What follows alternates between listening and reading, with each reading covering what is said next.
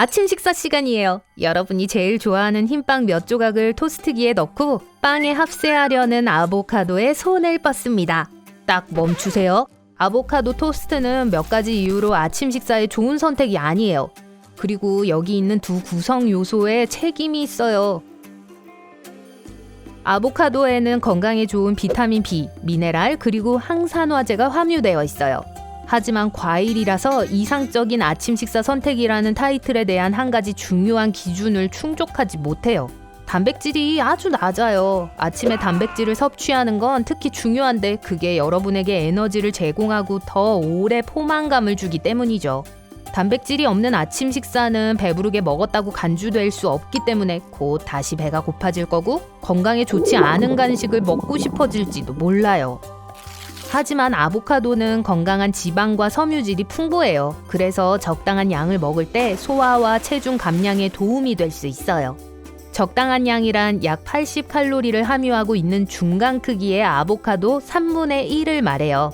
아보카도의 3분의 1은 분명 충분한 것 같지 않아 보이기 때문에 토스트에 보충물을 좀 넣어줄 수 있을 거예요.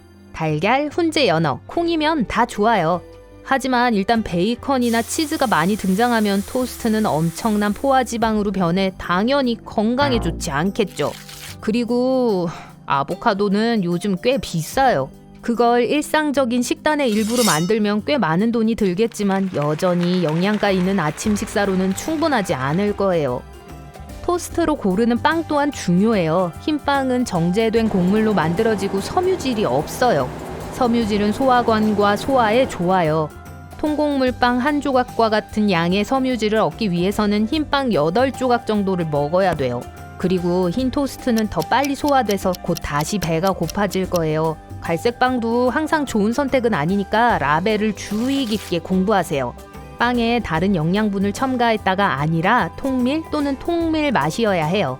만약 그런 경우라면 흰빵과 같은 영양가일 거예요.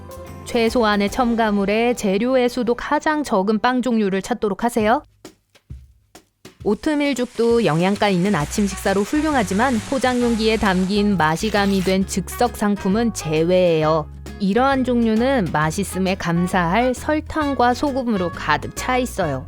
만약 솥에 내용물을 넣고 끝도 없이 휘저으며 직접 귀리를 요리하기 싫다면 적어도 아무것도 안 든 인스턴트를 선택하세요. 여러분이 직접 맛을 더해줄 수 있어요. 신선한 베리, 바나나, 견과류 또는 꿀 다 여러분의 선택이에요. 또 다른 커다란 아침 식사 실수는 과일 스무디만 먹고 다른 건 안 먹는 거예요.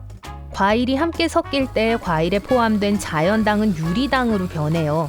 이건 치아와 에너지 수준에 아주 나쁘고 건강하지 않도록 몸무게의 증가를 일으킬 수 있어요.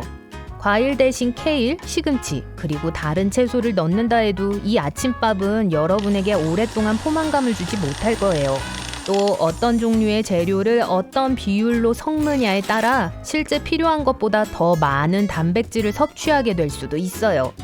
그 스무디는 낮 동안의 유일한 종류의 과일과 채소가 되겠지만 진짜를 대체할 순 없어요. 가를 때 산소가 흡수되면서 섞을 때 많은 양의 영양소가 파괴돼요. 스무디는 빠른 비타민 공급이 될 수 있지만 진짜 사과나 당근을 먹을 때가 제일 좋아요. 말이 나와서 말인데 가능한 한 제철 지역 농산물을 선택하세요. 1년 내내 스무디에 딸기와 바나나를 넣는 건 날씨 변화에 대처하는 데 별 도움이 되지 않아요. 아침 식사에 고전인 팬케이크나 시럽이 들어간 와플은 여러분에게 필요한 모든 에너지를 공급해주지 않기 때문에 여러분의 식탁에 있을 자격이 없어요. 팬케이크를 만들기 위해 대부분 사용하는 정제된 흰 밀가루와 흰 설탕은 칼로리는 풍부하지만 단백질과 섬유질 같은 영양분은 부족해요. 그리고 위에 얹는 그 맛있는 시럽, 진짜 비싼 메이플 시럽은 약간의 미네랄을 함유하고 있지만 대부분은 설탕이에요. 더 저렴한 건 단풍나무 수액이 아니라 고과당 옥수수 시럽으로 만들어지는데 이건 순수한 설탕보다 더 안 좋아요. 만약 팬케이크나 와플이 없는 아침을 상상할 수 없다면 통곡물 밀가루를 선택하거나 아몬드나 병아리콩 가루로 만들어서 드셔보세요. 좋아요. 저지방이나 무지방 요구르트로 잘못될 일은 없겠죠? 그쵸? 만약 저지방 요구르트를 선택했다면 여분의 설탕이 부족한 지방을 보충해 줄 거예요. 그리고 그런 식으로 결국 많은 요구르트가 같은 양의 아이스크림보다 더 많은 칼로리를 갖게 되는 거죠. 플레인 전지방 그릭 요거트가 여기서는 안전한 선택이에요. 단백질이 풍부하고 소화를 느리게 해서 포만감을 더 오래 느끼게 해줘요. 만약 충분히 맛있다고 느껴지지 않는다면 꿀이나 신선하게 으깬 과일을 첨가해보세요. 하지만 절대 요구르트를 단 하나뿐인 아침 식사로 만들지는 마세요. 포만감을 느끼기엔 충분한 섬유질을 갖고 있지 않기 때문에 아침에 연료를 채워줄 충분한 에너지를 얻기 위해 쌀겨 시리얼, 아마씨 또는 견과류를 더해보세요. 흥을 깨서 죄송한데요. 설탕이 든 시리얼도 아침 식사 테이블에 있으면 안 돼요. 그중 일부는 통곡물을 포함하고 있지만 거기에 첨가되는 설탕의 양이 그 영양적 가치를 빼앗아요. 그저 아침에 여러분의 당 수치를 높이고 아침 식사 후 1시간 후에는 배고프게 만들 뿐이에요. 최악의 선택은 보기에 매력적으로 보이는 것들일 거예요. 초콜릿을 뿌리거나 온갖 무지개색으로 나온다거나 마시멜로를 얹은 것일 텐데요. 아침으로 사탕을 먹는 것과 같죠. 그걸로 포만감이 느껴질 거라고 기대하지 마세요. 식료품점에서 살 수 있는 기성 샌드위치들은 상표에서 보이는 것만큼 좋지는 않아요. 이 편리한 간식은 아마 많은 양의 지방, 설탕, 그리고 소금을 포함하고 있을 테고 그 원인은 대부분 마요네즈 기반의 드레싱일 거예요.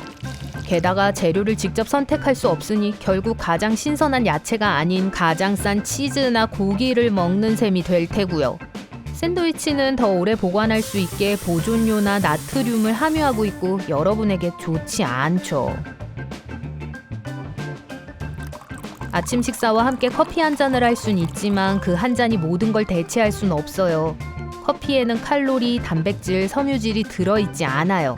그래서 한 잔으로 하루를 시작하는데 필요한 모든 영양분을 뺏길 거예요. 짧게는 에너지를 얻게 되겠지만 몇 시간 후면 모두 사라질 거예요. 또 같은 이유로 쉽게 짜증을 내고 집중하지 못할 수도 있어요. 캐러멜 마끼아또, 화이트 초콜릿 모카, 그리고 그 엄청나게 맛있는 호박 향신료 라떼와 같은 설탕이 든 커피 음료도 피하도록 하세요. 정말 필요한 것보다 더 많은 설탕이 있고 여러분의 일상 식단에 과도한 칼로리를 첨가하게 될 거예요. 해시 브라운 팬분들, 여러분을 위한 이야기입니다. 여러분이 패스트푸드 아침 식사 장소에서 사이드로 샀든 식료품점에서 냉동으로 샀든 상관없어요. 이런 선택권들은 미리 튀겨져 나오는데 지방이 많고 여러분이 기대하는 것보다 더 많은 칼로리를 함유하고 있다는 걸 의미해요. 그런 것들 대신 기름량을 최대한 줄이기 위해 직접 요리해 볼 수 있어요. 피해야 할 아침 식사가 너무 많다고 해서 아침을 아예 거르시라는 건 아니에요. 여러분이 자고 있는 동안 소화기관은 충분한 휴식을 즐기고 있을 거예요. 하지만 만약 너무 오랫동안 가동시키지 않는다면 여러분에게 에너지를 증가시키기 위해 과식하고 설탕이 든 음식을 선택할 가능성이 높아져요. 아침을 거르는 것 또한 신진대사를 느리게 만들고 집중력을 흩뜨릴 수 있어요. 그러니까 대신 건강에 좋은 걸 드세요. 토마토 오믈렛과 통곡물 토스트에서부터 고구마 으깬 것과 오버나이트 오트밀, 항상 좋은 선택권들이 있어요.